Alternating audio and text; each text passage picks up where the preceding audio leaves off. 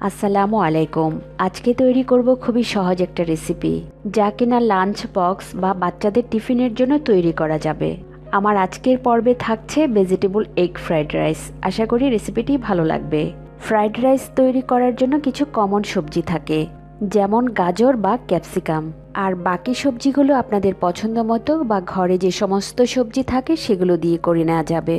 আজকের vegetable rice করার জন্য আমি এখানে নিয়েছি একটু লম্বা চিকন করে কাটা গাজর 1/4 কাপ, 2 রকমের ক্যাপসিকাম নিয়েছি লাল সবুজ, এখানে প্রত্যেকটাই নিয়েছি 1/4 কাপ করে।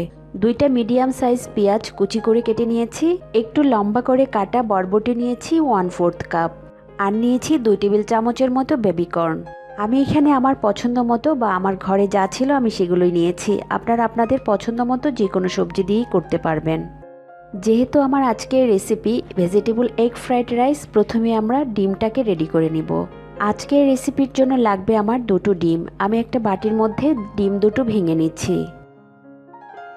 এবার সাথে দিয়ে দিচ্ছি 1/4 চা চামচ সাদা গোলমরিচ গুঁড়া আর দিয়ে দিচ্ছি পরিমাণ মতো লবণ।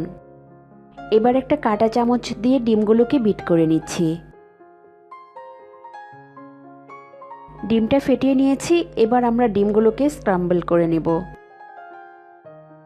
চুলায় একটা প্যানের মধ্যে নিয়ে নিচ্ছি 2 টেবিল চামচ তেল। আমি এখানে তেল দিয়ে করছি, আপনারা চাইলে অলিভ অয়েল বা বাটার দিয়েও করতে পারেন। এবার আমি ফেটিয়ে রাখা ডিমগুলো দিয়ে দিচ্ছি। ডিমটা দেওয়ার সাথে সাথেই একটা স্প্যাচুলার সাহায্যে নেড়েচেড়ে ডিমটাকে ভেজে নিতে হবে। ডিমটা স্ক্রাম্বল করা হয়ে গেছে। এবার আমি চুলা থেকে নামিয়ে রাখছি। এবার একই প্যানের মধ্যে নিয়ে নিচ্ছি 2 টেবিল চামচ তেল। এবার দিয়ে দিব রসুন কুচি। আমি এখানে 2টা রসুনের কোয়া কুচি করে নিয়েছি। এবার রসুনগুলো হালকা করে একটু ভেজে নিচ্ছি। রসুনের কাঁচা ফ্লেভারটা গিয়ে যখন একটু ভাজা ফ্লেভার বের হয়েছে, এই পর্যায়ে এসে দিয়ে দিচ্ছি পেঁয়াজ কুচি। পেঁয়াজ দিয়ে পেঁয়াজগুলো তেলের মধ্যে হালকা করে একটু ভেজে নেব। পেঁয়াজগুলো যখন একটু স্বচ্ছ হয়ে এসেছে, এবার দিয়ে দিচ্ছি গাজর কুচি। যে সবজিগুলো সেদ্ধ হতে একটু বেশি সময় লাগে সেই সবজিগুলো আগে দিয়ে নিচ্ছি। আর দিয়ে দিচ্ছি বরবটি কুচি। এবার একটু সময় এই সবজিগুলো ভেজে নিচ্ছি। আমরা এখানে কিন্তু সবজিগুলো খুব বেশি রান্না করব না। সবজিগুলো যখন একটু হয়ে গিয়েছে, এবার দিয়ে দিচ্ছি নরম সবজিগুলো। এখানে আমি দিয়ে দিচ্ছি লাল সবুজ ক্যাপসিকাম কুচি। আবারও সব কিছু একটু নেড়ে চেড়ে নিচ্ছি।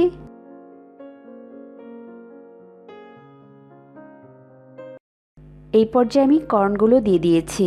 সাথে দিয়ে দিচ্ছি সাদা গোলমরিচ গুঁড়া আধা চা চামচ।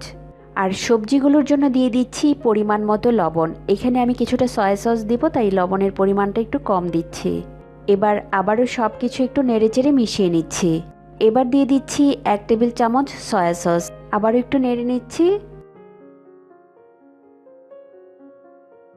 এখানে সবজিগুলা কিন্তু মোটামুটি রান্না করা হয়ে গিয়েছে। এবার দিয়ে দিচ্ছি 1 টেবিল চামচ টমেটো সস।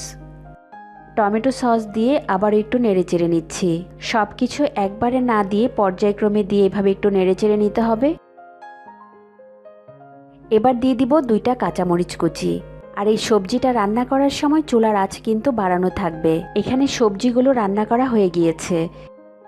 এবার দিয়ে দিব রান্না করা ভাত। ভাতগুলো রান্না করে আমি ওভারনাইট ফ্রিজে রেখে দিয়েছিলাম। আমি এখানে যে ভাতটা নিয়েছি সেটা হলো চিনি গুঁড়া পোলাওয়ের চাল।